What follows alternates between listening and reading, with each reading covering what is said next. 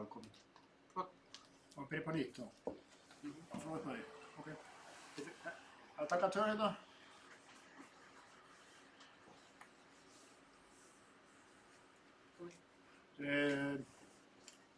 Ég býð ykkur velkomin á þennan fund í bæjarstjórn Mosfellsbæjar, haldinn 42. 18. mars 2020. Þetta er fundur nr. 756 og ég segi fund settan. Þessi fundur er haldinn undir afar sérstökum aðstæðum í íslensku samfélagi. Eins og allir vita þá herjar heimsfaraldur á heimsbyggðina og þar var sérstakar reglur og lög sem gilda það hvernig á að halda slíka fundi. Og hér ákveðið fjarlægð til dæmis milli fundarmanna og hún hefur verið streymt en því miður ekki hægt að leyfa gesti hér á fundinum eins og okkur ber nú skylda til að öll jafnan, en við þurfum að taka inn 3 mál með afbrigðum á fundinn. Fyrst er það að það þarf að breyta prókúru innan starfsmanna eða hjá starfsmönnum Mosfellsbæjar vegna þessa neyðarástand sem ríkir núna. Það er búið að kynna það lauslega gegnum tölvupóst bæjarfulltrúum. Þannig að ég bið ykkur rétt upp hönd eins og samþykki að taka það inn á dagskrá í fyrsta lagi. Öðru lagi hvort að við tökum það inn á dagskrá að fundurinn sé lokaður, bara að fundurinn sé lokaður, að þess að taka það inn á dagskrá, tökum það þannig, það er samþykkt með nýju atkvæðum. Og þriðja lagi snýst það ályktun bæjarstjórnar Mosfellsbæjar sem hún senda frá sér á þessu einkennum tímum sem við erum að öll að upplifa. Þessi samþykki að taka það inn á dagskrá, það er samþykkt. Þá hefjum við fundinn að venju svona fyrir utan þessi 3 mál eru nú 2 fundargerðir frá bæjarráði, 2 frá nefndum, skipulagsnefnd og fræðslunefnd að þessu sinni, svo er þarna 2 það sem er kallað almenn erindi og síðan 7 fundargerðir til kynningar. Í ljósi þessara aðstæðna gaf forseti þetta í kynna í tölvupósti að þessu sinni að stytta fundartímann svona eins og kostur er. Þetta er mjög sérstakar aðstæður en þetta verður allt málfresti virt og áfram þannig. En við byrjum þá á fundi bæjarráðs Mosfellsbæjar sem er nr. 1400. Nei, ég ætla ekki að taka fyrst hérna. Já, fyrirgeði, við tökum fyrst inn á það sem heitir ályktun á bæjarstjórn Mosfellsbæjar. Og það var málið tekið inn á dagskrá núna og ég ætla að standa hér upp og lesa þessa ályktun, það er ekki orðið laust. Það er ályktun frá bæjarstjórn Mosfellsbæjar 18. mars 2020. Hún er svohljóðandi. Íslenskt samfélag tekst á við heimsfaraldur og nú reynir á grunnstoðir þess, ekki síst stjórnvöld, almannavarnir, skólasamfélagið og heilbrigðiskerfið. Er einnig á okkur öll borgara þessa lands sem vinna saman að þessu verkefni. Þessi vágestur hefur skotið upp kollinum í stofnunum í Mosfellsbæ sem eru ýmist leittir lokana eða skerðingar á þjónustu. Þessi staða kallar á fumlaus vinnubragð og samvinnu alls starfsfólks Mosfellsbæjar sem hafa bæði sýnt sveigjanleika og verið lausnamiðað við að tryggja þá starfsemi sem þarf að vera til staðar. Þannig er þörfur samfélags okkar mælt og ábyrgð tekin við að bregðast við þeirri ógn sem steðjar allri heimsbyggðinni. Föstudaginn 13. mars síðastliðinn ákvað ríkisstjórn Íslands að setja á samkomubann og samhliða að takmarka skólahald í leik- og grunnskólum með áherslu á að skólahald haldi áfram eftir því sem kostur er og freista þess að sem minnst röskun verði í samfélaginu. Allt skólastarf í Mosfellsbæ hefur nú verið endurskipulagt en daglega verða smávægilegar breytingar á þeirri skipan sem ákveðin hefur verið en þar liggja ávallt til grundvallar heilsa og heill skóla samfélagsins. Bæjarstjórn Mosfellsbæjar vill koma á framfæri innilegu þakklæti til starfsfólks Mosfellsbæjar sem stendur í eldlínunni þessa dagana og einnig til íbúa sem hafa stutt starfsmenn í þeirra störfum. Bestu þakkir fyrir ykkar fórnfús á mikilvæga starf. Við erum öll almannavarnir. Þannig hljóðar bókun Mosfellsbæjar og ég tel rétt áður við göngum til atkvæða þá að gefa við lausn þessa álykti. Það þetta nú kallað. Einhver sem vil taka til máls? Sveinn Óskar? Nei, það enginn sem tekur til máls. Og þá greiðum við atkvæði ályktun og þeir sem samþykkja hana. Hún samþykkt með öllum greiddum atkvæðum. Þá förum við í bæjarráð. 1434 tökum við undan. Og þar voru nú heil 18 mál á dagskrá. Eitthvað sem bæjarfulltrúar vilja ræða þar. Sveinn Óskar Sigurðsson, bæjarfulltrúar hefði beðið orðið, gjörðu svo vel Sveinn Óskar.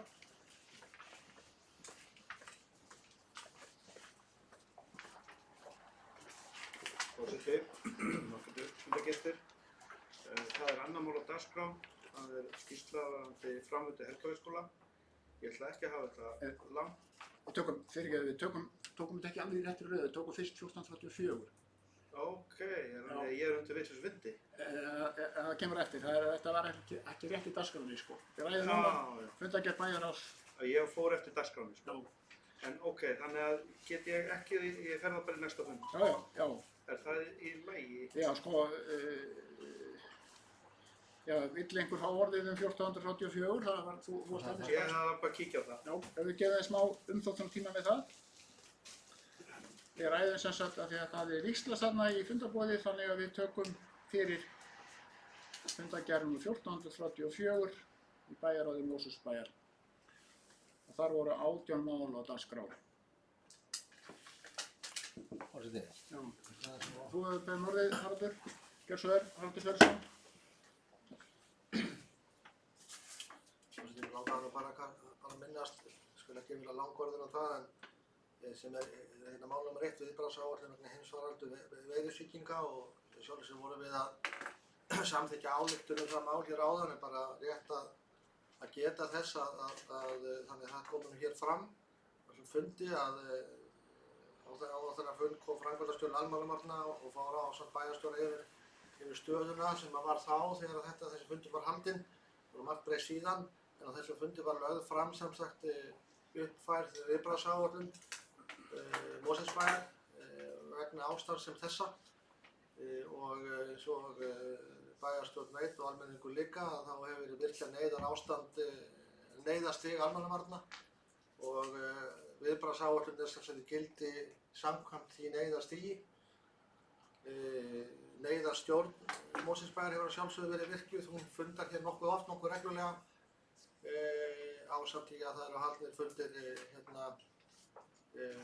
svona í öðrum hópum hvað þetta varðar og eins og kom hérna fram í ályktunum áðan þá komið samkomubann, það búið að fella niður skólahald í háskólum og framhaldsskólum, leik- og grunnskóla starfa samkvæmt takmörkunum og búið að endurskipuleggja skólahald. Ég vildi bara vekja athygli á því, sko, þó að það komi fram í ályktuninni að það var geysilega mikil vinna unnin hér helgina, alveg frá því að þessi niðurstaða ríkisstjórnarinnar og heilbrigðisráðherra kom á föstudaginn kl. 11. Framhaldinu af því var haldinn fundur í stjórn SSH, 2 þann daginn, sama daginn, og á millitíðinni var haldinn fundur með fræðslustjórum. Það voru aðrir 2 fundur SSH á laugardeginum og ég man rétt 2 á sunnudeginum og svo gekk þetta þannig að fræðslustjórarnir voru að funda í millitíðinni og svo fræðslustjórarnir með skólastjórum viðkomandi sveitarfélags og ég bara segi það hér að það var lyft algjörlega grettistaki því að endurskipuleggja þessa starfsemi á svona skömmum tíma eins flókin og viðamikil hún nú er. Og ég vona og mér skilst að það var kennsla samkvæmt þessu skipulagi í gær og í dag, það var starfsdagur á mánudag og innleiðingar og samkvæmt þeim upplýsingum sem ég fæði frá skólaskrifstofunni og skólastjórum okkar skóla þá gengur þetta bara mjög vel og svona upp til hópa þetta standast það sem það var gert og síðan alltaf ýmislegt annað sem gerist í þessu sem ég ætla svo sem ekki að lengja fundinn með núna en bara vil ekki veita athygli á því að þetta hefur náttúrulega gífurlega áhrif á starfsemi vinnustaðar eins og Mosfellsbæ. Sveinn Óskar, þú vilt ræða mál nr. 1 eða ekki? Gjörðu svo vel, Sveinn Óskar Sigurðsson.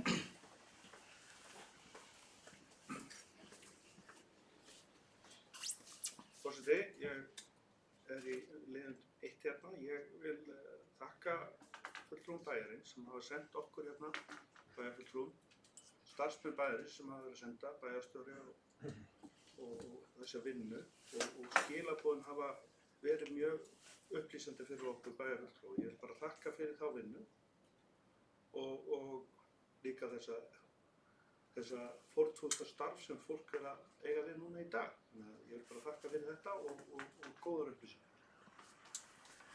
Þetta var fyrsta mál á dagskrá.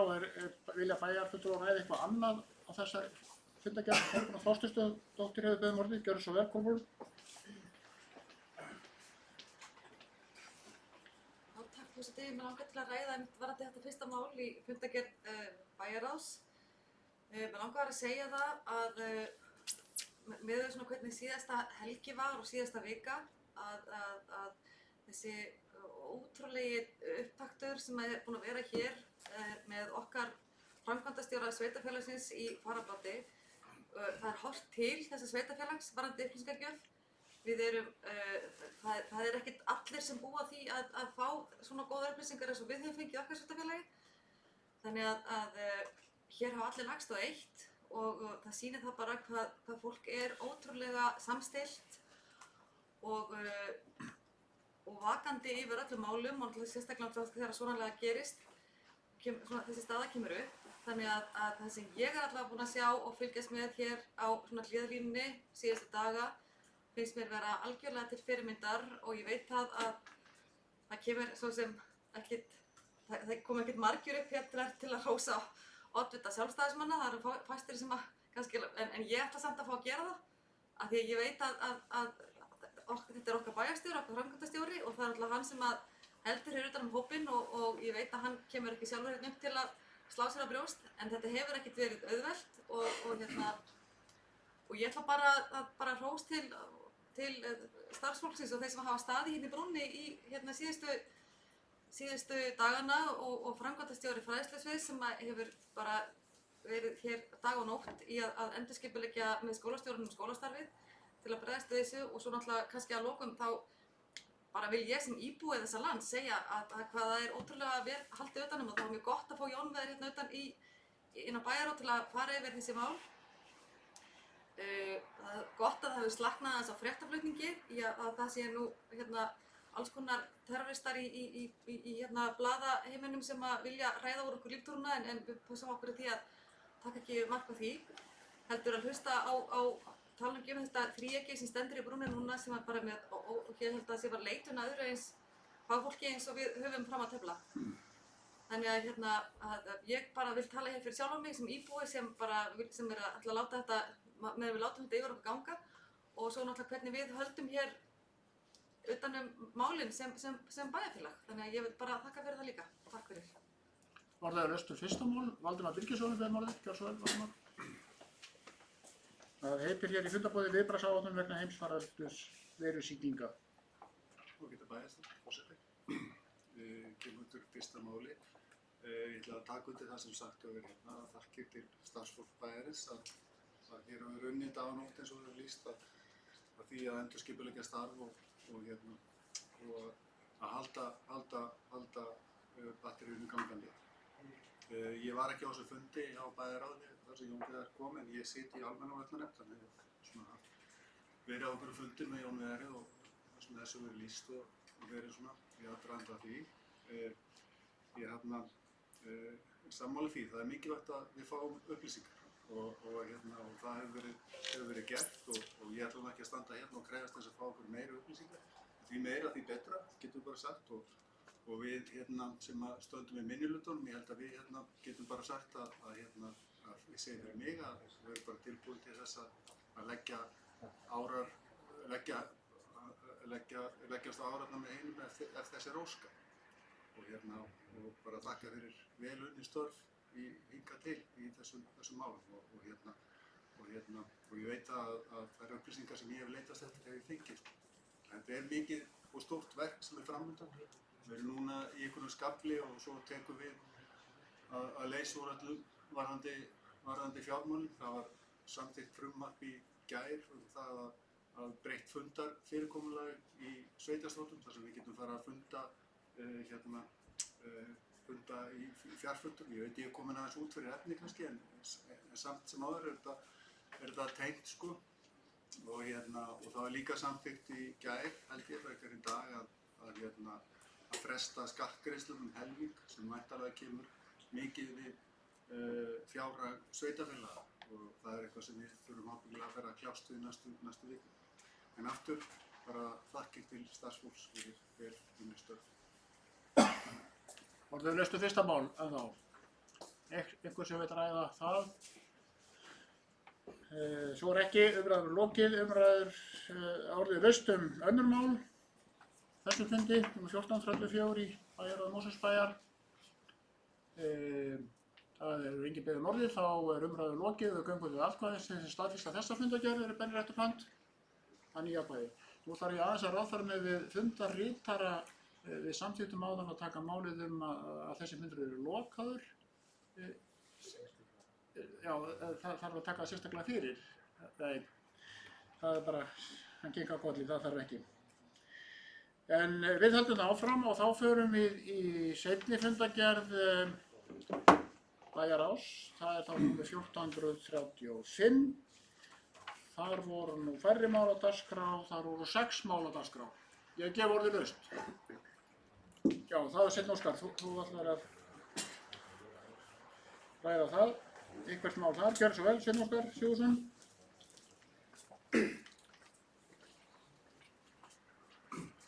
Þá ræðum við annað mál á dagskrá, Helgafeldsskóli, framvinduskýrsla. Ég ætlaði ekki að vera langorðin til þessu, en ég er vissulega með talsverðar spurningar. Ég mun væntanlega koma þeim bara áleiðis í tölvupósti til viðkomandi starfsmann. Svar geta dregist eins og þörf er á í ljósi ástandsins, en ég mun engu að síður þurfa að fá ykkur svör. Nú, annars vil ég bara árétta að þetta eru punktar sem að varða kostnaðarmálin og mér sýnir þetta nú vera nokkurn veginn innan rammans sem settur var, undir honum, en það eru samt engu að síður ákveðnar spurningar. Ég vil bara árétta að ég mun þá að senda þetta með tölvupósti. Já, orðið laust annað mál, Helgafeldsskóli nýframkvæmd. Það biður engin orðið, þá er engin orðið það mál, þá er umræðan lokið það. En orðið laust að öðru leyti fundargerðina, 6 mál á dagskrá. Það biður engin orðið, þá er, Sveinn Óskar, þú beðum orðið, gjörðu svo vel.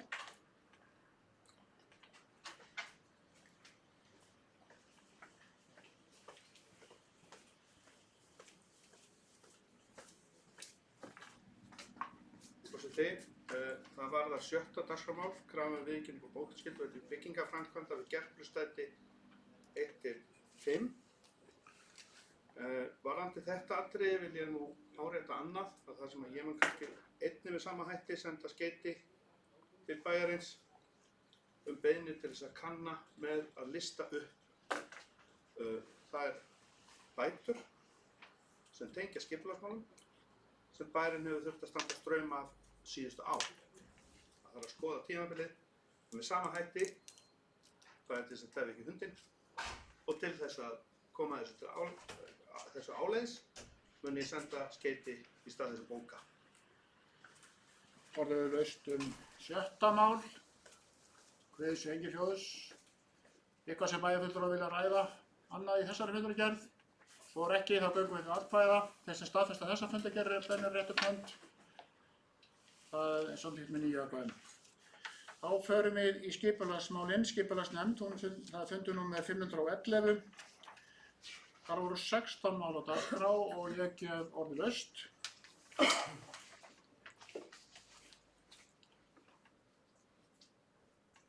Það kveður sig Engilhljóðs, þá lít ég svo á að umræðum sé lokið þessa fundargerð og við göngum við atkvæða. Þeir sem staðfesta þessa fundargerð er beinréttur hönd, samþykkt með 9 atkvæðum. Þá var það seinni fundargerðin sem við tölum núna, sem er fræðslunefnd. Það voru nú eingöngu 3 mál á dagskrá og ég gef orðið laust.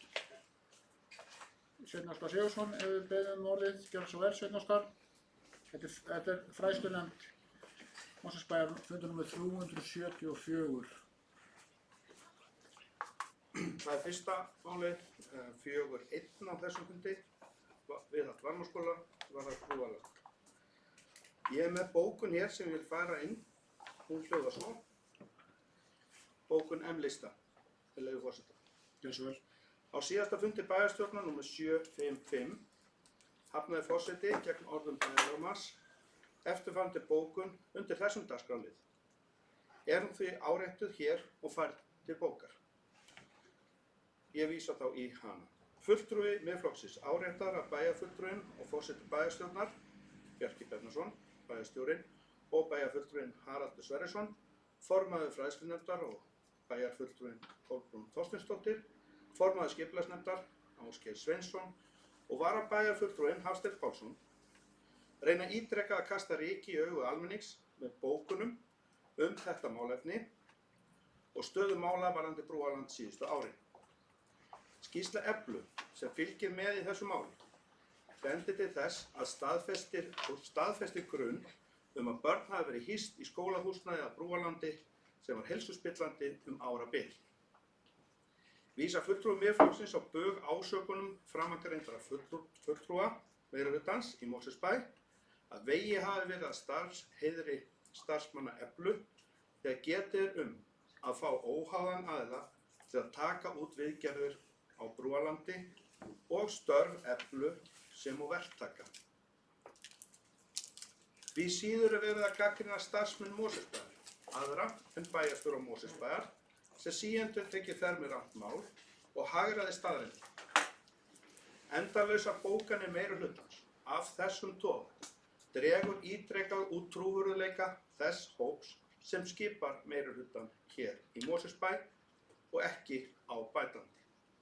Vísa því bæjarfulltrúum Miðflokksins aðdróttunum meirihlutans á bug enda liggur öll ábyrgðin á þessu máli á þeirra herðum eðli máls samkvæmt. Svohljóðandi bókun fékkst ekki bókuð á síðasta fundi. Ég árétta hana með þessum hætti og legg hana til afgreiðslu forseta og vænti þess að hún verði færð til bókar.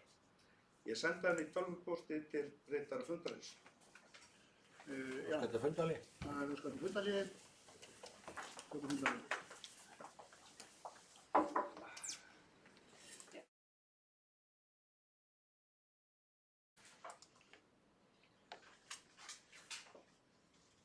Við hefjum þá fund að nýju og ræðum hér fundargerð fræðslunefndar nr. 374.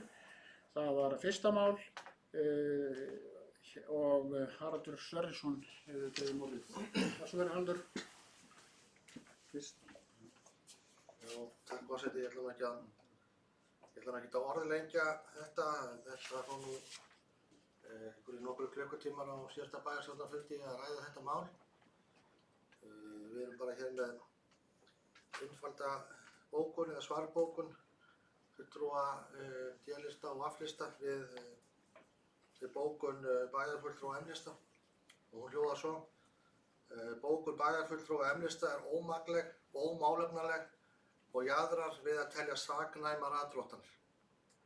Það er engin eftirspurn eftir pólitík sem þessari sem að fulltrúi Miðflokksins stundar ítrekað í bæjarstjórn Mosfellsbæjar.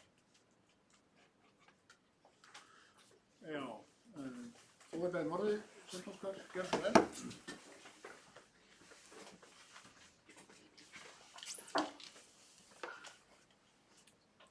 Forseti, þetta var mjög áhugaverð bókun og ég þakka hana. Ef að hlutir eru sagðir saknæmir eða jaðra við saknæmi eins og bæjarstjórinn og meirihlutina bóka, hvers vegna er ekki kært? Ef að menn eru að nota svona brigslyrði í bókun sínum eins og þessi, þá verða menn bara að kæra.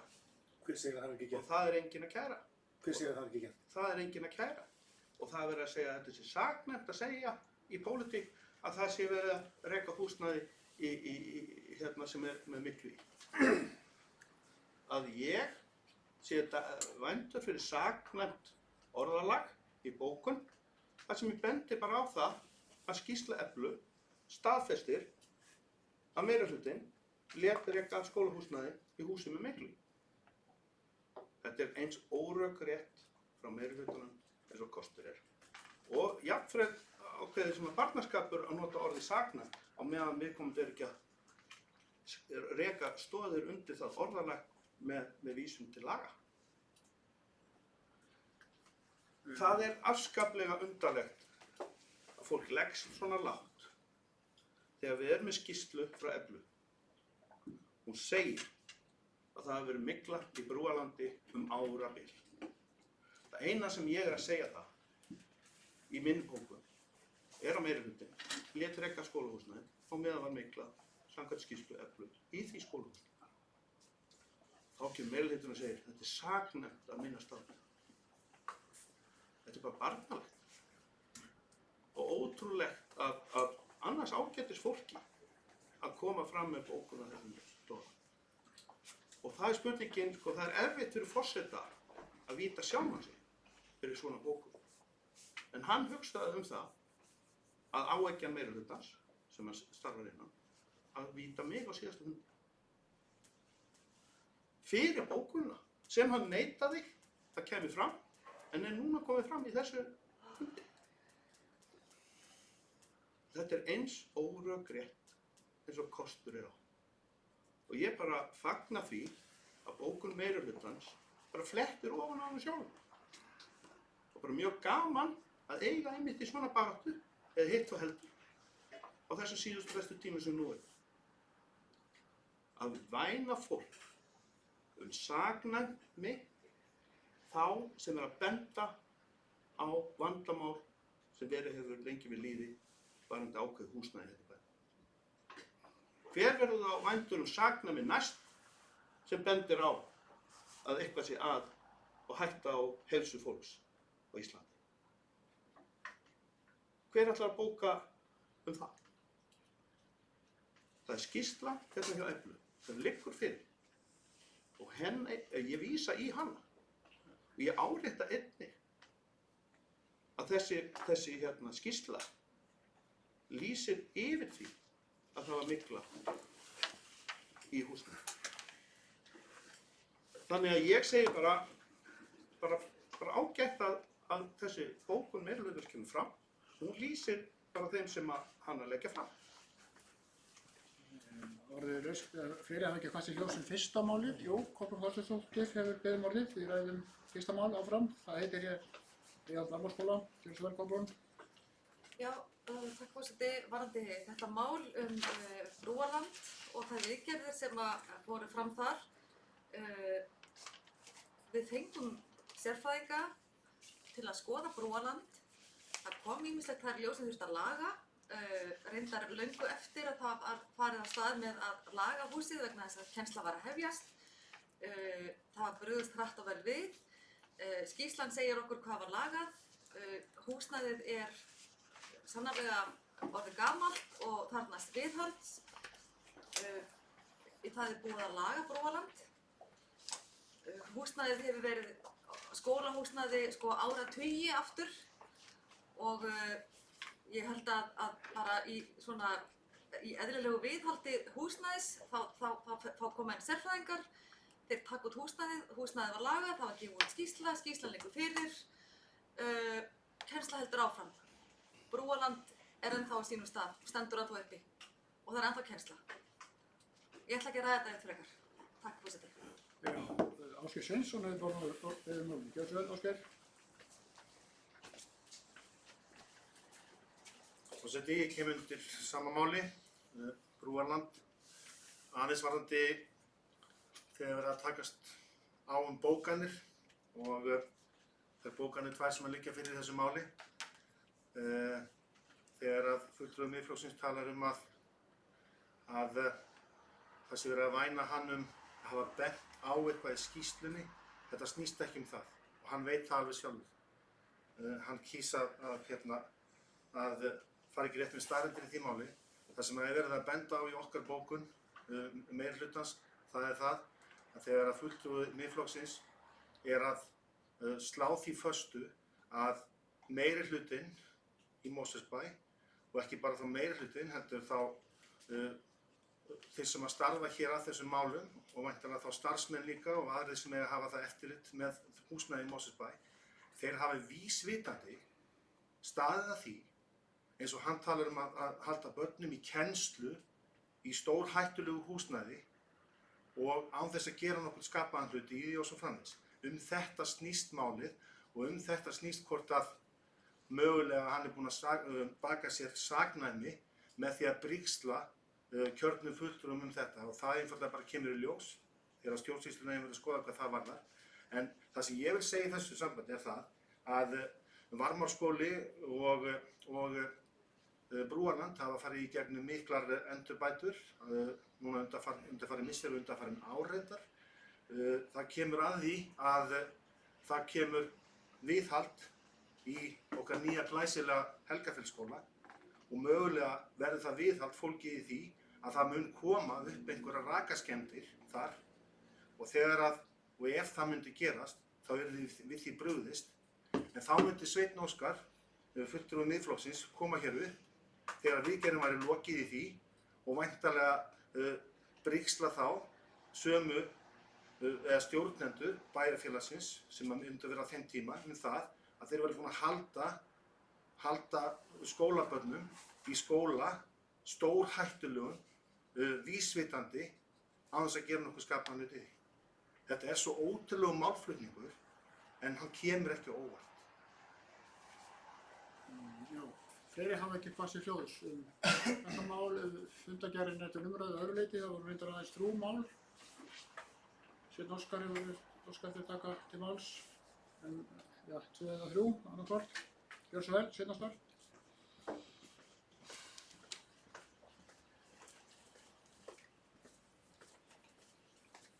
Forseti, það er mál númer 2, ytra mat á grunnskólum Varmárskóli. Hér var afgreidd umbótaáætlun til og send til Menntamálastofnunar. Það er bókun frá vinum Mosfellsbæjar, ef ég má vitna í hana, forseti. Áheyrnarfulltrúi vina Mosfellsbæjar verður því miður að lýsa sínum vonbrigðum yfir því að þrátt fyrir alla vinnu sem lögð hefur verið af hálfu margra aðila í gerð umbótaáætlunar í kjölfar ytra mats Menntamálastofnunar á Varmárskóla hafi ekki tekist að skapa sátt eða þá sátt framhaldið sem fulltrúinn hafði vonast eftir. Vel á minnst, þessi umbótaáætlun var samþykkt af fulltrúa Miðflokksins til afgreiðslu, en ég vil engu að síður bóka og þetta mál í ljósi svona framtíðarinnar í þessu. Og þá ég ennþá að tala að tryggja óhæði úttektaraðila. Ekki bara í byggingaframkvæmdum, ekki aðeins í viðgerðum, heldur einnig í gæðum skólastarfs. Þetta mín pólitískur þráður, það getur eitthvað þótt að þetta voðalega vitlaust, og ég heyri það, meirihlutanum finnst stundum þetta vitlaust að það sé einhver óháður aðili sem tekur þetta út, eða heldur að háður aðili sé óháður. En í þessu efni vil ég bara árétta þetta enn á ný að til þess að tryggja ekki aðeins bara sáttina, heldur einnig til þess að tryggja gæðin, þá mikilvægt að hafa óháða aðila sem hafa ekki aðkomu að málinu sem taka út verkefni af margvíslegum toga. Forseti, ég með bókun og ég ætla að fá að lesa það með þín leyfi. Já, gjörðu svo. Fulltrúi Miðflokksins telur rétt og mikilvægt að ytra gæðamat á skólastarfi sé unnið af óháðum fagaðilum og mætti meðal annars benda á skólapúlsið sem gott tæki til þess. Jafnframt skal lögð rík áhersla á gagnsæi og gott upplýsingaflæði til foreldra þegar slíkt óháð mat unnið, til að mynda árlega í skólaráði og innan foreldra samfélagsins. Jafnframt lögð rík áhersla að sérkennsla í öllum deildum í skólum Mosfellsbæjar sé ávallt fyrsta flokks og búið svo að börn og foreldrar geti gengið að þeirri þjónustu á öllum skólastöðum.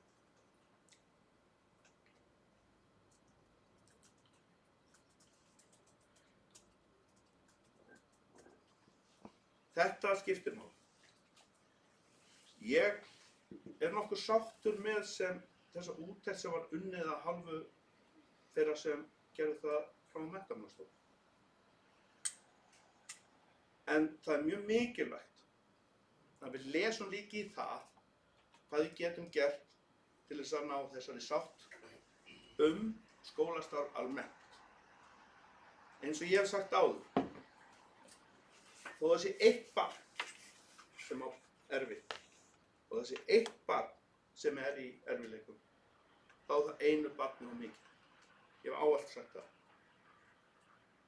Og ég tel að með því að búa til, þó við náum kannski ekki alltaf okkar markmiðum, að þá skiptir mjög miklu máli að horfa til þess algjörlega óháð því ágæta fólki sem starfa fyrir Mosfellsbæ í skólanum. Bara hinn frábæra fólki, hinnum frábæra úttekt eins og verkfræðistofunni Eflu og fleiri. Þá er það óhæðið sem skiptir máli. Ég veit að menn þekkja þetta úr bara lögfræði og ég minnst á það áður. Að það skiptir máli að þetta almenningur hafi tilfinninguna á þessu óhæði og að það sé virt. Við erum með kerfi í dómskerfinu í dag eftir áralanga annars konar aðferðafræði, meðal annars skiptum við upp, og ég minnst á þetta áður, dómsvaldi og framkvæmdarvaldi í héraði til þess að tryggja þetta óhæði. Og þótti mörgum of seint vera. Ég vissi það og hafi lesið það að nágrannalöndin okkar tók þetta 70 árum fyrr. 70 árum fyrr. En vegna þess að við erum lítið samfélag og þá tók þetta lengri tíma og kostaði pening. En við gerðum það og við þurfum að tryggja þetta annar staðar. Það að segja að við viljum óháðan aðila er ekki að rýra vinnu hinna sem vinna verkið. Það er líka mjög mikilvægt að við höldum því til haga. Það er alls ekki verið að því. Það er verið að tryggja það að þeir sem njóta þjónustunnar geta séð að það er óháður aðili sem líka tekur þetta út. Ég legg því áherslu á þetta og mun halda því áfram, alveg sama hvað aðrir bóka gegn mér. Ég mun halda þessari stefnu áfram alla tíð og tryggja það að þetta verður komið inn í sveitarstjórnarkerfið með mun virkari hætti hér eftir. Já, Haraldur, þú spila fyrir orðið. Þetta er mannamál, ytramat á grunnskólu, varmaskóli heitir það í fundamóði, gjörðu svo vel, Haraldur. Já, forseti. Ég alveg með á nótunum hvert bæjarfulltrúinn er að fara með óhæði og óháður mati.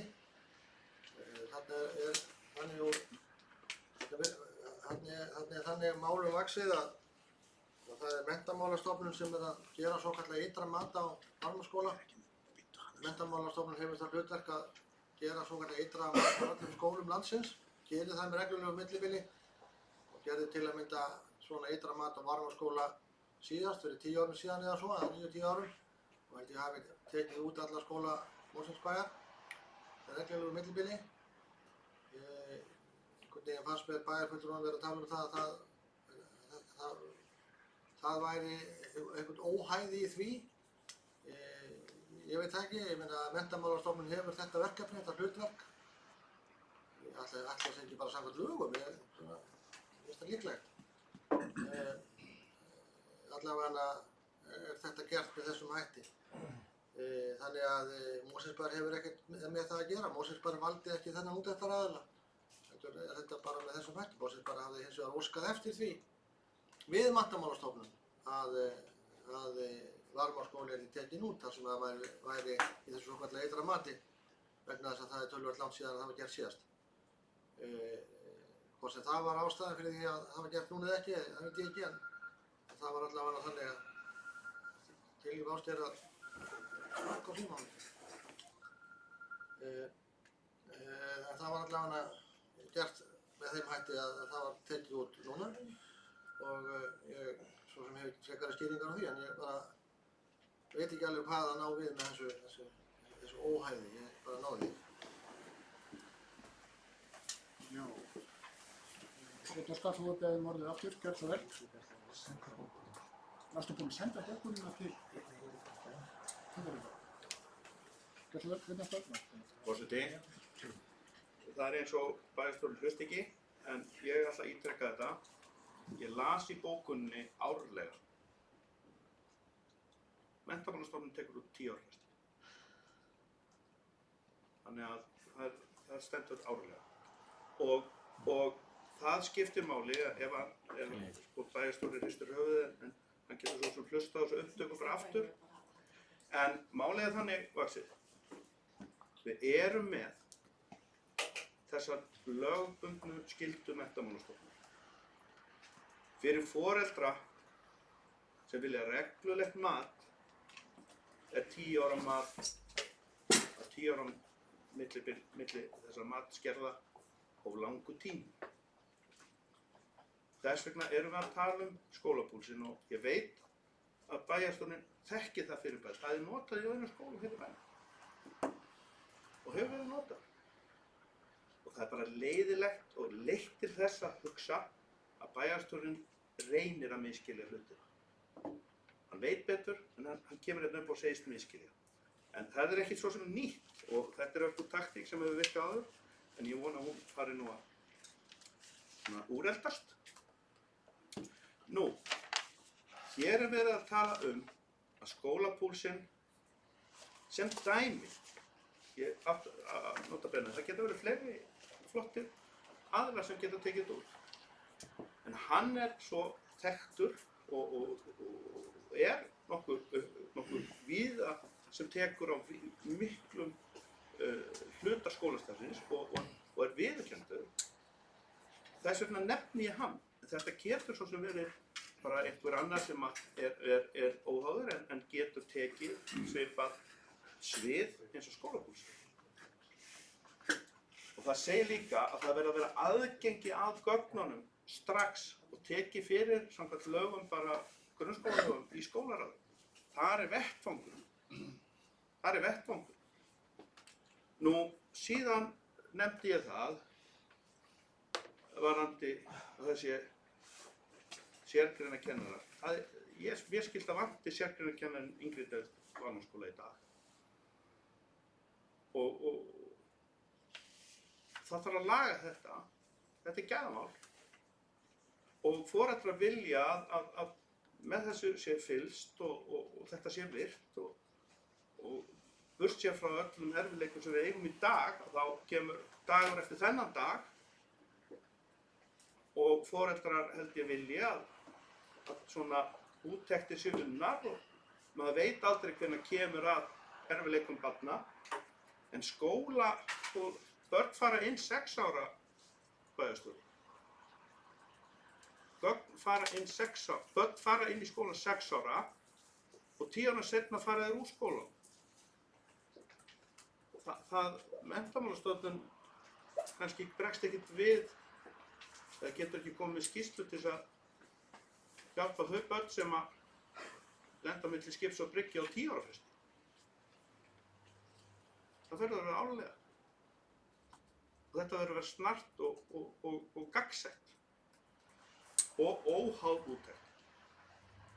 Með fullri virðingu fyrir öðru starfsfólki bæjarins, kennurum og frábæru skólastjórum sem ég hef yfirleitt hrósað og segi það er ekki þeirra, það er meirihlutans og bæjarstjórans og oddvita stærsta flokksins að tryggja fjármagn og búa svo að skólarnir séu þannig að fólk fái tilfinningu fyrir því að óháðar úttektir sé unnar. Annað er ekki spurt fyrir og bókað hér. Og jafnframt skal ég árétta að mikilvægi þess að þetta komi inn í aðra þætti starfsins innan sveitarstjórnar, eins og ég myndist á áðan, í sambandi við byggingaframkvæmdir, viðhald og svo framvegis. Næstar manneskja Haraldur Sverrisson, fyrir Haraldur. Já, forseti. Sko, bara fyrst ég var ekki að reyna viljandi að reyna að misskilja einhverja hluti. Ég bara skildi ekki hvað áttu við. Og hvort sem það felst í minni bávisku eða útskýringu þinni veit ég ekki. En ég skil hana núna og ég er algjörlega gjörsamlega ósammála. Sko, ytra mat skóla er úttekt á skóla. Stórt og mikill verkefni þar sem farið yfir alla starfsemi skóla. Frá A til Ö. Stjórnun og bæjarfélagi þess getur valið sérstaklega áhersluþátt eða óskar eftir því. Þetta er með sé verið farið eftir því sem var stjórnunarþáttur skólans. Skólapúlsinn er allt annað. Það er ekki úttektartæki á skólastarfi eða starfsemi skólans eða starfsmönnum skólans. Bara svo langt frá því. Það er bara allt annað mál. Og skólar hér, hvort sem það er varmaskóli, lágvarsskóli, Grikkvarsskóli, aðrir skólar, hafa sín matstæki. Sum nota skólapúls, aðrir annað. En það er ekki úttekt á starfsemi. Ég vona að bæjarfulltrúinn haldi það ekki að svo sé. Þannig að það er ekki nema að vona, ég er bara að misskilja þetta, ég hef ekki hugmyndaflug í þennan samanburð. En ég hef ekki fleiri orð um það. Næst tekur til máls Kolbrún Þorsteinsdóttir, bæjarfulltrúi, gjörðu svo vel, Kolbrún.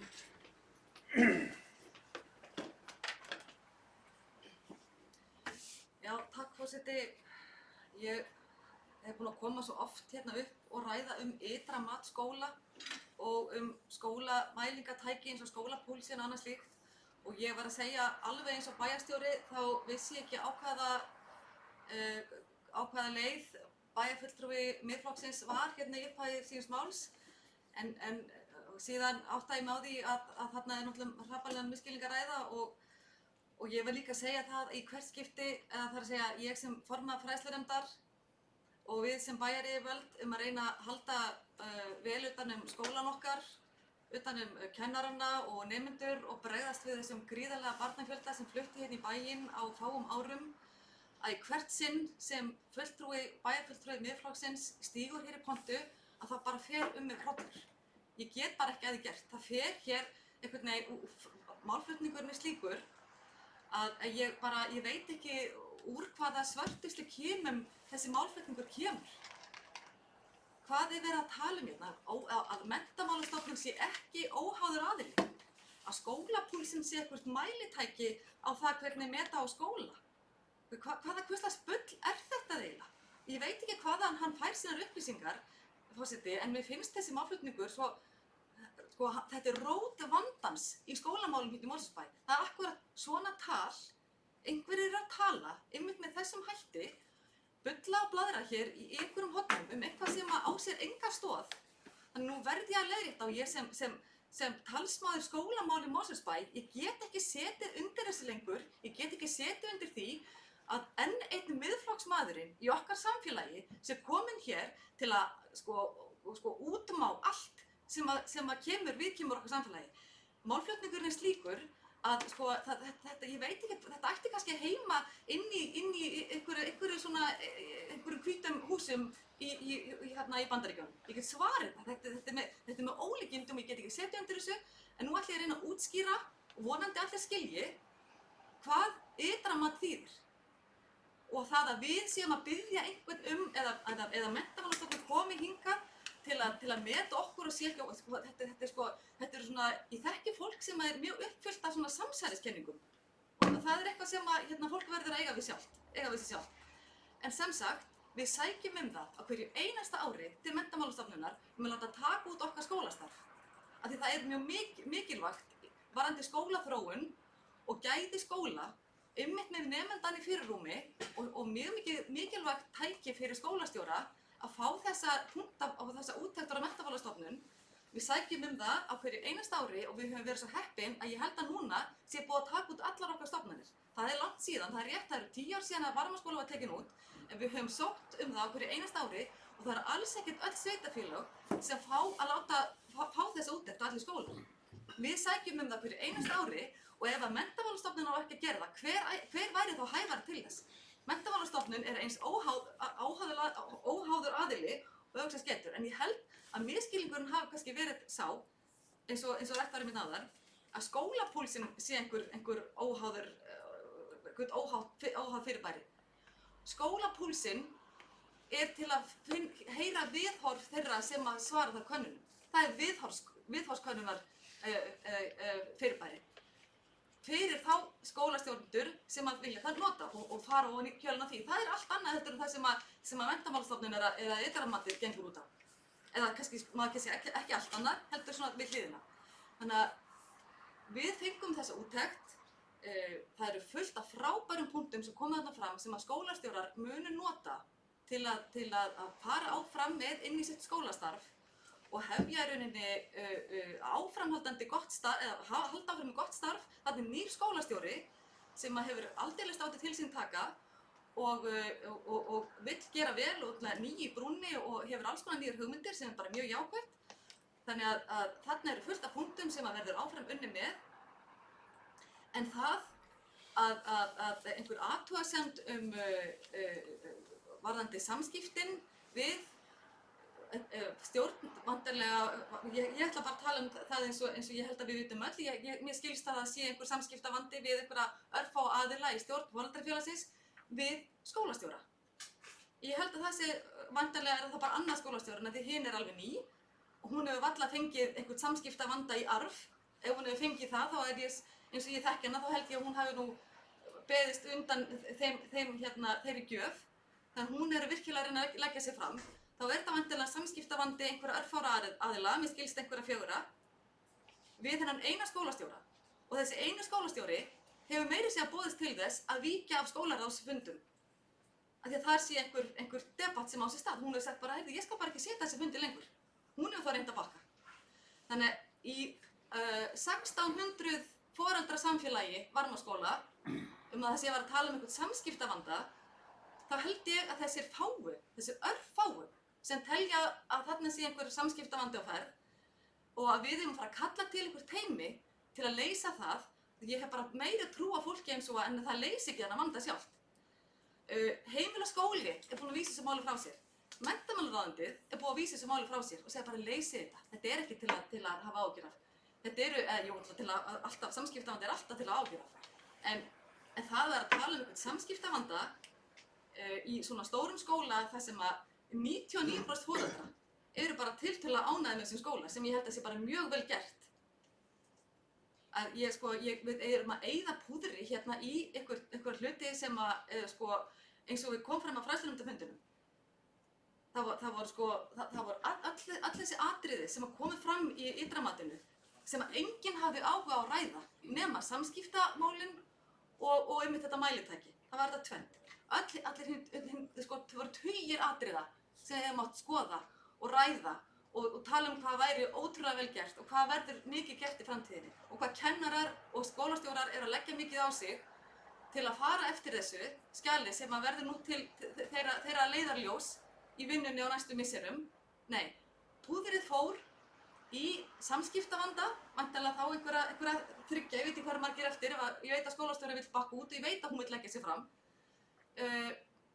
Og síðan hvort það vegi að taka upp skólapúlsinn eða ekki.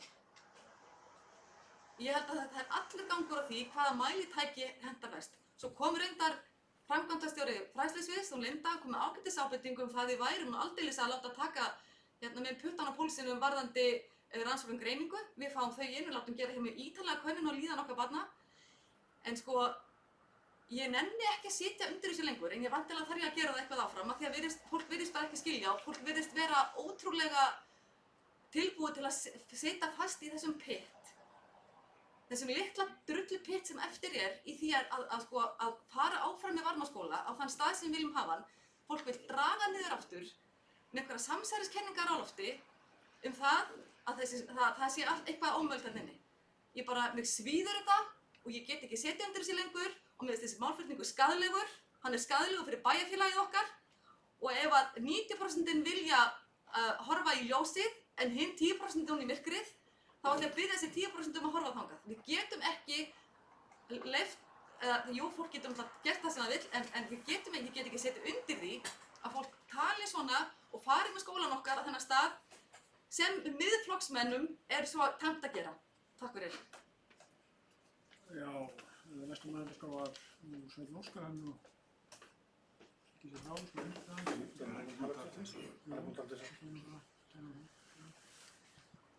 Það er rétt. Þetta mál. Já, ég þarf að... Ok.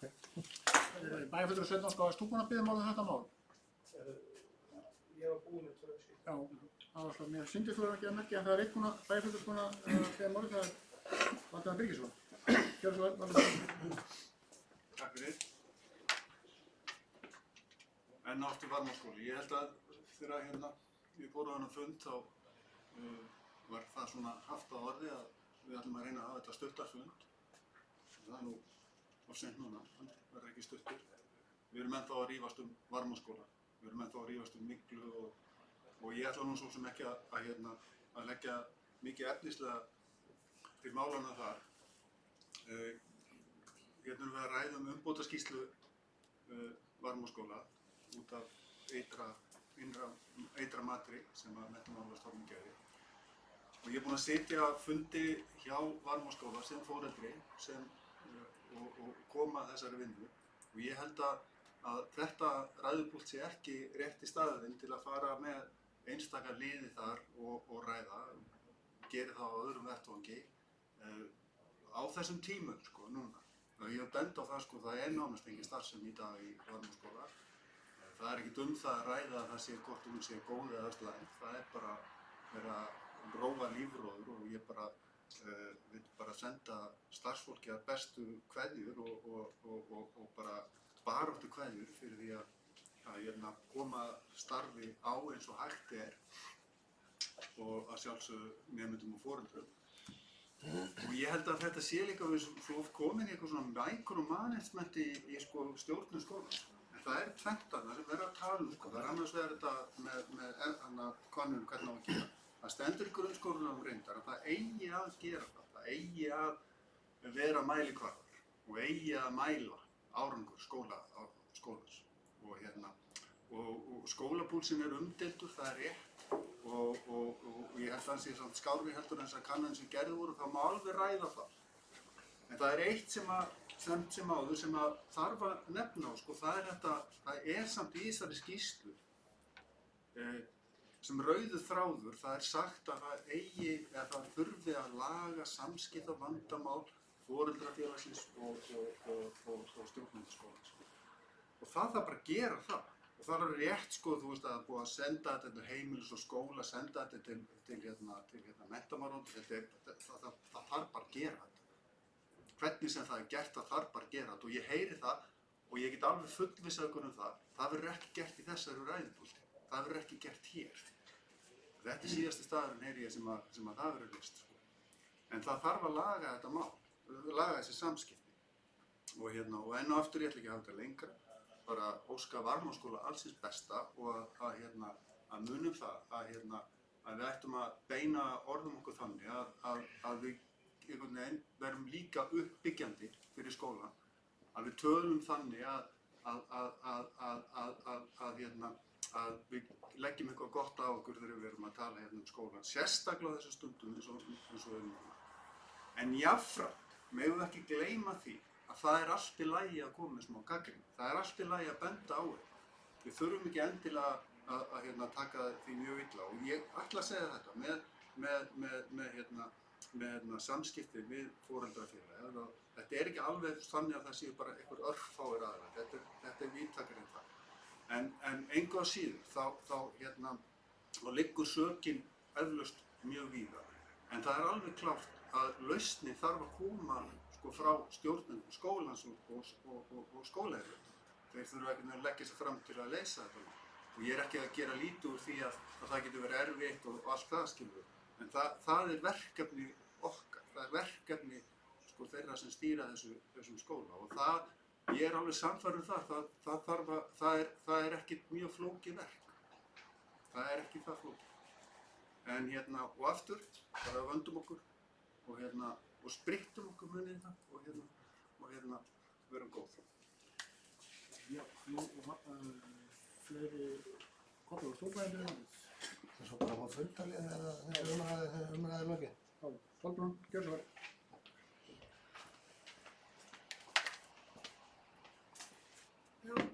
Forseti, ég vil bara fá að segja, ég tek undir orð Valdimars varðandi margt sem hann sagði skólana, einmitt þetta að tala ekki skólan hitt endalaust niður. En, sko, mér finnst svolítið þetta að með ekki gagnrýna og maður ekki að taka gagnrýni illa. Sko, fyrir má nú rota en dauðrota, hvað sem búið að ganga hér á í vetur. Ég held að ég sé ekkert Og veturum þar á. og vetur þar áður og ég veit hvað. Þannig að, þetta er komið náttúrulega langt út fyrir allan þjóðarbólk, sko. Þannig að ég held að við séum alveg tilbúin til að hlusta, og tilbúin, eins og við séum ekki alltaf tilbúin til að hlusta. Við erum alltaf tilbúin til að hlusta, við viljum, sko, algjörlega að hlusta alla þá gagnrýni sem mögulega hafa komið fram. Ég held við höfum alveg gert það. En ég bara segja, á meðan að við tölum svona hér í pontu, og einmitt þessi micromanagement sem var nefnt hérna áðan, það er ekki okkar. Það er ekki okkar að ákveða hvort við tökum skólapúlsinn eða eitthvað annað. Það er skólan að ákveða það. Við erum einmitt svolítið komin inn í skólastjórnunina. Það er ekki okkar starf. Við erum fyrst og fremst að hafa ramman þannig að skólarnir okkar og skólastjórnundur hafi öllu tæki og tól og ráð sem mögulegt er. Sem að þeir vilja sjá, skólastjórnir. Við erum svolítið komin inn í það að stjórna skólanum. Og ég held að það sé svolítið vandinn líka að stjórn foreldrafélagsins stjórnar ekki skólanum. Það eru skólastjórnendur sem stjórna skólanum. En við erum svolítið þar og þessi samskiptavandi líka, ég meina við verðum bara að horfa á það, þetta er búið að fara hérna inn í blöðin, Varmárskóli er hér á vörum allavega hér á höfuðborgarsvæðinu, vita allir að það hafi verið vandi í Varmárskóla og út af hverju hann stafar. Pólitíkin hefur hreinlega farið illa með Varmárskóla, ég ætla bara að fullyrða það. Við höfum tekið þennan skóla og togað hann á milli okkar og verið alls konar afkimar í þeim málflutningi. Þannig ég ætla bara að segja að við verðum að tala hér bara uppbyggilega skólan, gagnrýnin má sannarlega vera til staðar, en þetta fer alltaf svo merkilega út af brautinni, þessi umræða, og ég veit ekki af hverju. Hver er að tala við hvern og hvað og af hverju þetta er svona? Ég veit það ekki. En það er komið nýr skólastjóri, allir eru tilbúinir til að rétta fram sáttahönd, allir eru tilbúinir til að vinna uppbyggingu skólans. Það lagast samt ekki og ég veit ekki af hverju það er. Getur það verið út af því að það er eitthvað hér í þessu herbergi sem er ekki eins og að vera? Erum við eitthvað að gera sem er skaðlegt? Ég ætla að líta í eigin barm. Ég ætla að skoða það hvort að ég hafi gert eitthvað sem hefur ekki verið til þess að hjálpa Varmárskóla. Við verðum að vanda okkur. Ég tek undan með Valda, við þurfum að vanda okkur, við þurfum að tala þannig að við séum að byggja þennan skóla en ekki að draga honum í svaðið. Við komum nóg af popúlisma í kringum skólan, að fólk taki hérna skólan í sínar hendur og fólk geti dregið hérna skólan í svaðið og ég bara neita þessu. Ég taka þátt í þessu lengur. Við verðum að horfa upp, það komið niðurstaða á ytramati, leiðin er bara upp á því núna, skólinn er á fljúgandi siglingu og bara allt gengur ótrúlega vel. Þannig það er þannig sem ég vil sjá hana skóla. Og já, og við hlustum, og já, við þolum gagnrýni, og já, við viljum laga samskiptin og bara nei, ég tek ekki samskiptum illa, gagnrýni illa, ég tek gagnrýni illa, en mér finnst bara einhvern veginn núna komið að því á þessu miðju kjörtímabili að við skulum bara fara að láta þennan skóla svolítið í friði.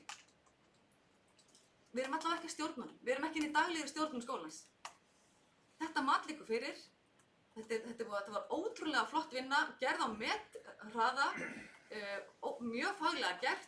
Allir tóku þátt, allir áttu sitt innlegg inn í þetta, allir foreldrar, allir hagaðilar komu að þessu, niðurstöðurnar liggja fyrir. Það voru reyndar senda ykkur drög, sem er nú eitt. Senda ykkur drög hérna til aðstofamanna ráðherra og ömmuðra líka, sko. Þú veist, bara því við vorum að vinna hérna í niðurstöðunum. Það voru þetta sendt út á suður, af stjórn foreldrafélagsins. Svo kvarta þau yfir samskiptavanda. Þeir gerir svona lagað. við vorum að vinna að þessum drögum, þau voru send til að fá feedback tilbaka.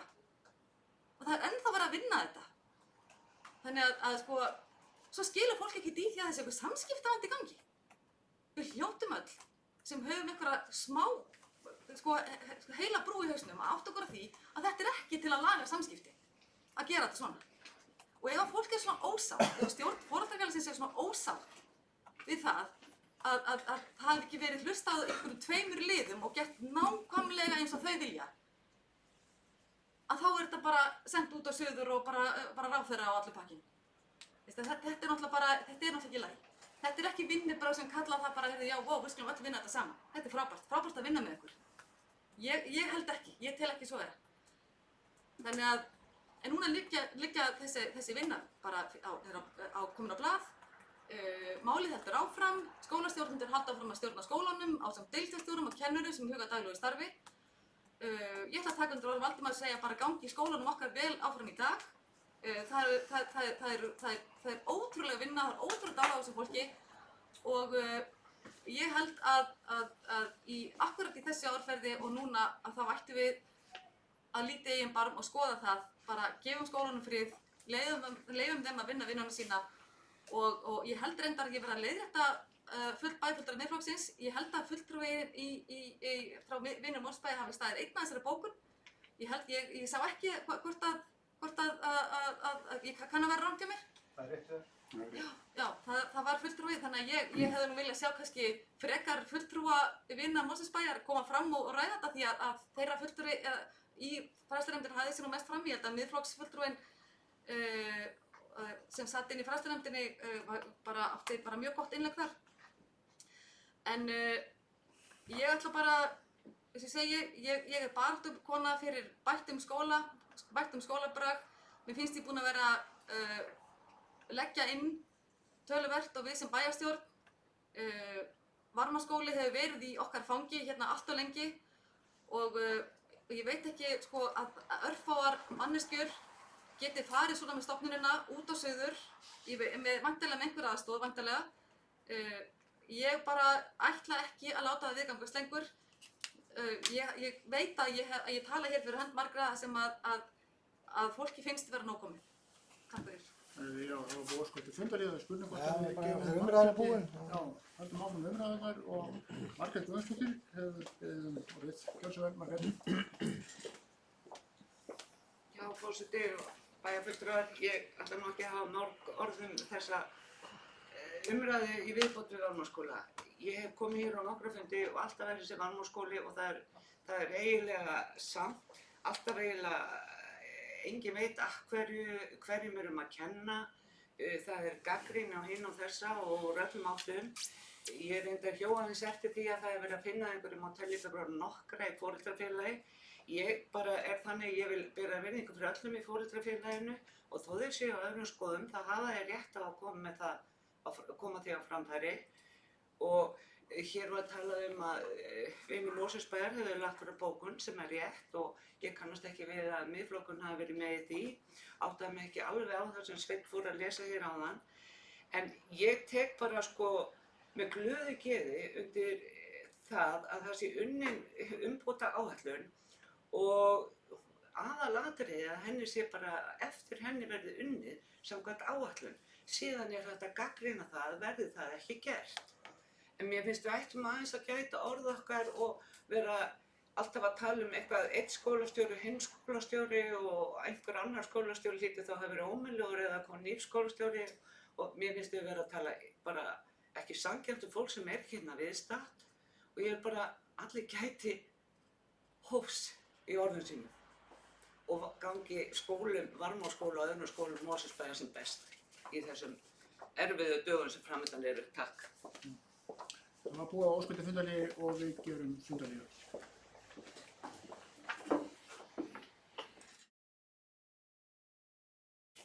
Ég er með til merkjum frá Arnari. Já, við hefðum það fundan í og ræðum hér fundagerð fræðslunefndar nr. 374. Við varum að ræða þá annað mál. Haraldur Sverrisson ætlar að, nei, ég fyrir ekki það, Ásgeir Sveinsson bæjarfulltrúi ætlar að lesa upp bókun frá B og A-lista. Gjörðu svo vel, Ásgeir. Ytra mat á grunnskóla, Varmárskóli heitir málið. Forseti, kem hér upp með bókun frá D.O. Vaflista, varðandi þetta mál, Ytra mat grunnskóla, Varmárskóli,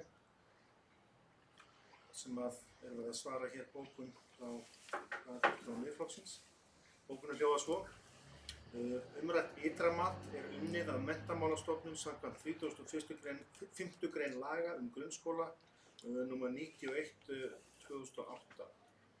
Það er óskiljanlegt að bæjarfulltrúi Miðflokksins skuli kasta rýrð á þetta mat sem unnið er samkvæmt lögum og hann telji Menntamálastofnun ekki óháðan aðila. Það var bókin að fá gerist. Þetta mál er þá... Þetta er allt ósatt. Mál hérna er það útrætt að þessu sinni og við förum að ganga þá til atkvæða þessa fundargerð fræðslunefndar nr. 374, þessi staðfest að hana eru beinir rétt upp hönd. Það er þess að fundargerð? Já, staðfesta fundargerð. 9 hendur á lofti.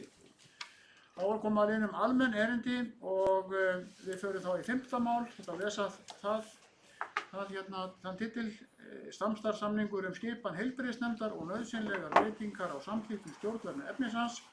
Lögð fram til 2. umræðu breytingar á samþykktum stjórn Mosfellsbæjar vegna samstarfssamnings heilbrigðisnefnd kjósasvæðis.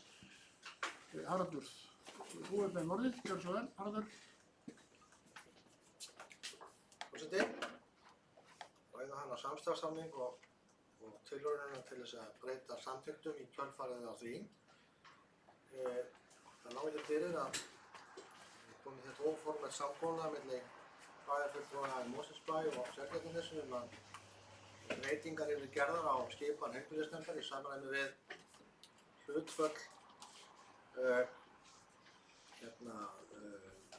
hlutfall kostnaðar sem að þessi sveitarfélög bera, en þegar að þessi skipting fulltrúa var gerð á sínum tíma, þá voru Seltjarnarnes og Mosfellsbær nokkurn veginn jafnstór sveitarfélög og skipti því á milli sinn 2 fulltrúum hvort, á móti 1 fulltrúa frá Kjósarhreppi og 1 fulltrúa frá atvinnulífinu. Þetta hefur nú breyst allverulega og í dag er Mosfellsbær 3 stærri en Seltjarnarnes og breiðir þar af leiðandi 3 meira en Seltjarnarnes í þetta samstarf og því var þetta rætt á þessum nótum.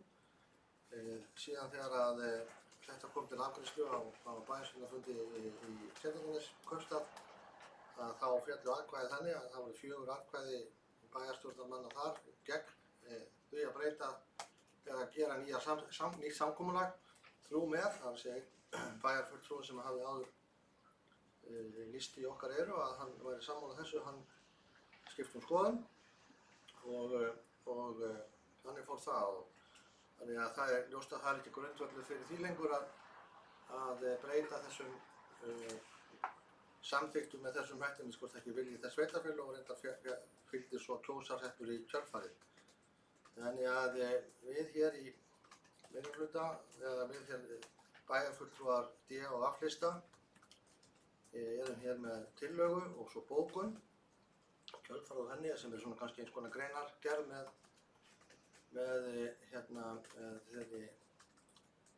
þeirri tillögu og tillagan hljóðar svo: Bæjarstjórn Mosfellsbæjar samþykkir með einhverjum atkvæðum að fela bæjarstjóra að gera ráðstafanir til að draga Mosfellsbæ úr samstarfi við Seltjarnarnekaupstað og Kjósarhrepp starfrækslu heilbrigðiseftirlitsins.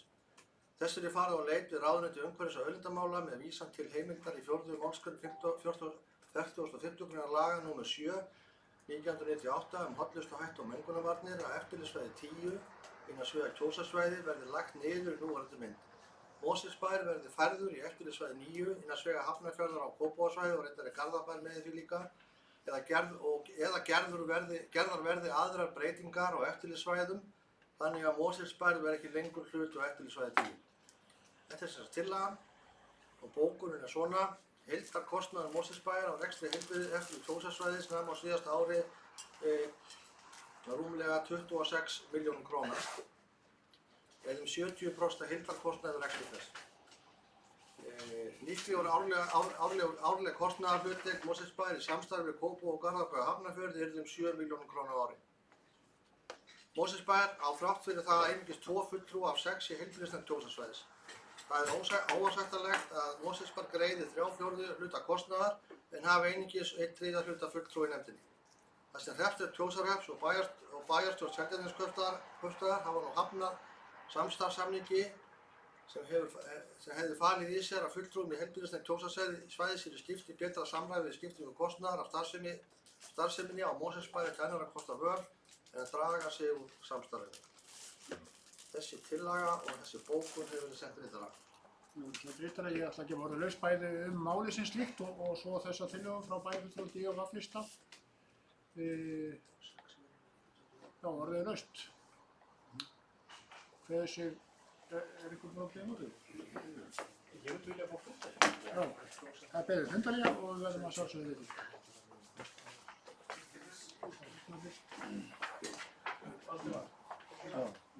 Svo fjórðan.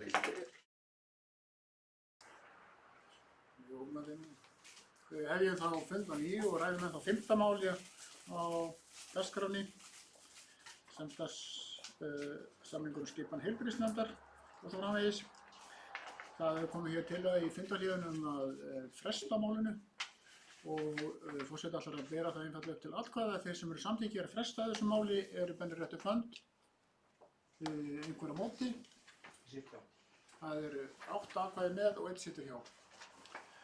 Síðan er annað mál nr. 6 sem heitir hér í fundarboði endurskoðun á samþykkt stjórn Mosfellsbæjar og já, það er hérna, ég gef orðið laust það. Það er enginn sem að ræða það mál. 7. mál. Þá er það bara hérna, já það var alltaf að bera það til atkvæða, ekki sant? Þá bara ber ég það til atkvæða, þessi endurskoðun og samþykkt og þá tillögu sem liggur þar fyrir undir málinu. Þeir sem eru samþykk þessar breytingu, þetta er önnur umræða, eru bara rétt upp hönd. Einhverju móti. Já, það er sama niðurstaða þar, það eru 8 atkvæði með og 1 bæjarfulltrúi situr frá. Já, gjör svo vel, Sveinn Óskar.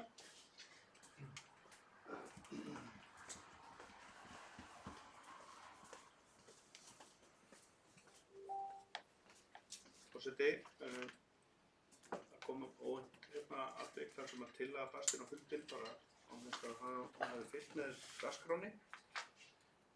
Ég sitt hjá, forseti, mér leyfi að tala aðeins þetta hérna, svipaði dagskráliði 2, en ég geri því hérna atkvæði með því að sitja hjá og ástæðan er einfaldlega þessi að það hefur hingað til verið bent á að þetta mál hafi verið sjálfkrafa samþykkt en varð ekki raun og það var meirihlutinn sem taldi að hann hefði tryggan meirihluta í málinu hjá öðrum Hann er að tala um röngu máli. Þetta er fyrir ekki að þetta var 15 máli ekki. Það er bara búið að greiða atkvæði þar. Já, Þetta er 2 mál sko. Já, en mér leyfi forseta aðeins að þetta er skilt. Já, þetta er skilt en þú baðst ekki orðið ágæta bæjarfulltrúi um að gera grein fyrir atkvæðinu að hjásetu í 15 máli. Nei, en ég fæ að klára þetta það. Já, það er eiginlega bara hjásetan í 7. máli. Það er sem samningur. Sem er endurskoðun á samþykkt stjórn Mosfellsbæjar. Þetta biðum að halda því það. Og það tengist þeim með því að þar var markmiðið að við fengjum 3 í heilbrigðisnefnd Kjósarsvæðis. Og markmiðið mitt með því að ná þessu hlutfalli upp fyrir Mosfellsbæ. Forseti, það er búið að afgreiða þetta mál. Það er ekki fram með gall. Í þessu efni taldi oddviti sig hafa Seltjarnarnesbæ með og þá fulltrúa þar, en það gerðist ekki og ég vil setja hjá í ljósi þess að ég get ekki í raun og veru staðfest að þessi málsmeðferð sé í raun og veru svo allra besta en hefði verið betra að fá tillöguna fyrr.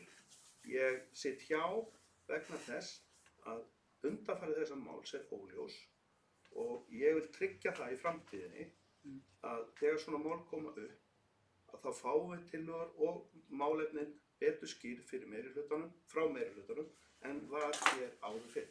Þannig að ég tel bara einfallega mikilvægt að við tryggjum að Mosfellsbær fái meiri áhrif, en ég efast að við fáum hlutfallslega styrk í öðru byggðarlagi eða hvað ég að segja, með öðrum byggðarlögum eins og Kópavogur, Garðabæ og Hafnarfirði, eins og við höfum nú í nefndinni.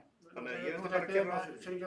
Þetta er búið að fresta málun og umræðan heldur áfram næsta bæjarstjórnarfundi. Þú fyrst eingöngu orðið til þess að gera grein fyrir atkvæðinu. Já, og ég sit nú ætla ég að biðjast þetta málið mjög mikið. Já, ég sitt vegna þess. Fínt er. Forseti, hefur þú opnað mælendaskrá aftur fyrir mál nr. 5? Nei, þetta Þetta var mál Ég nr. vil gera hérna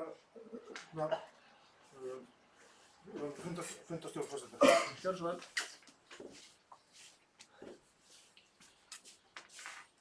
Ég vil mótmæla því hér að þegar að menn koma hér upp undir máli nr. 6, og ætla að gera grein fyrir atkvæði sínu, að þeir komi hér og fá að tala máli nr. 5 sem að búið að afgreiða og búið að greiða atkvæðum. Þessi sami aðili, hann er að lesa mönnum hér pistilnum að það er að fara eftir lögum og reglum og öðru slíku.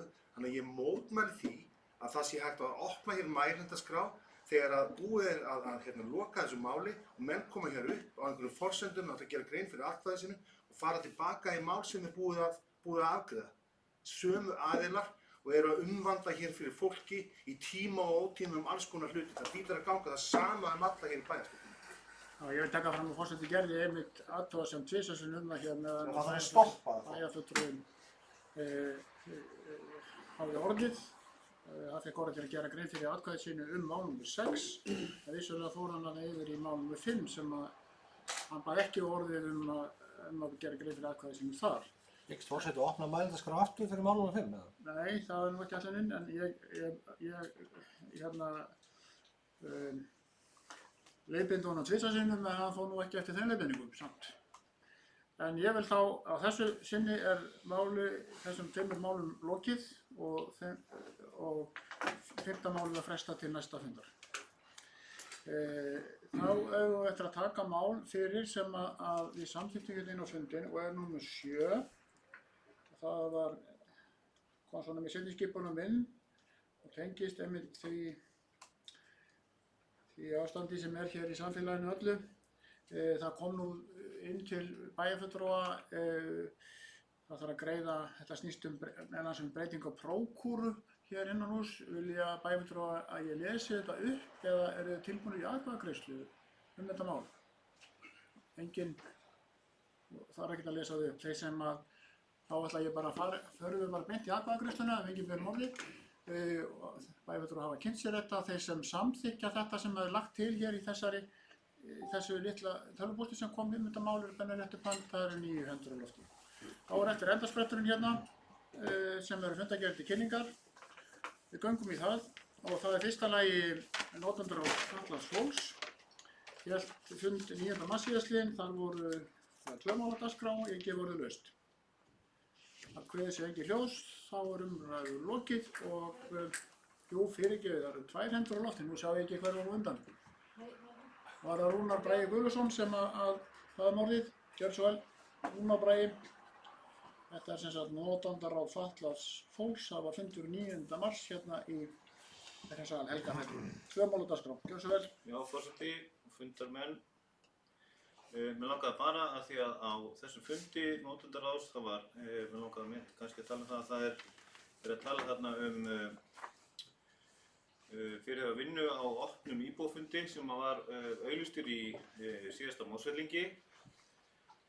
Á fundi í gær var ákveðið hjá fjölskyldunefnd út af aðstæðum að fresta þessum fundi. Þannig að mér langaði bara að segja það að þessi vinna sem fór þarna fram og varðandi þennan opna fund sem átti að vera í framhaldsskólunum, að það er búið að ákveða að fresta honum eins og, já. Fundinu frestað eins og svo mörgum mannamótum. Já. Það er nú það. Enginn hefur kvatt sér frekar hljós og þá er þessi fundargerð lögð fram. Þá förum við í afgreiðslufundi byggingafulltrúa nr. 395, fundur haldinn 3. mars. Ég orðið laust þá fundargerð.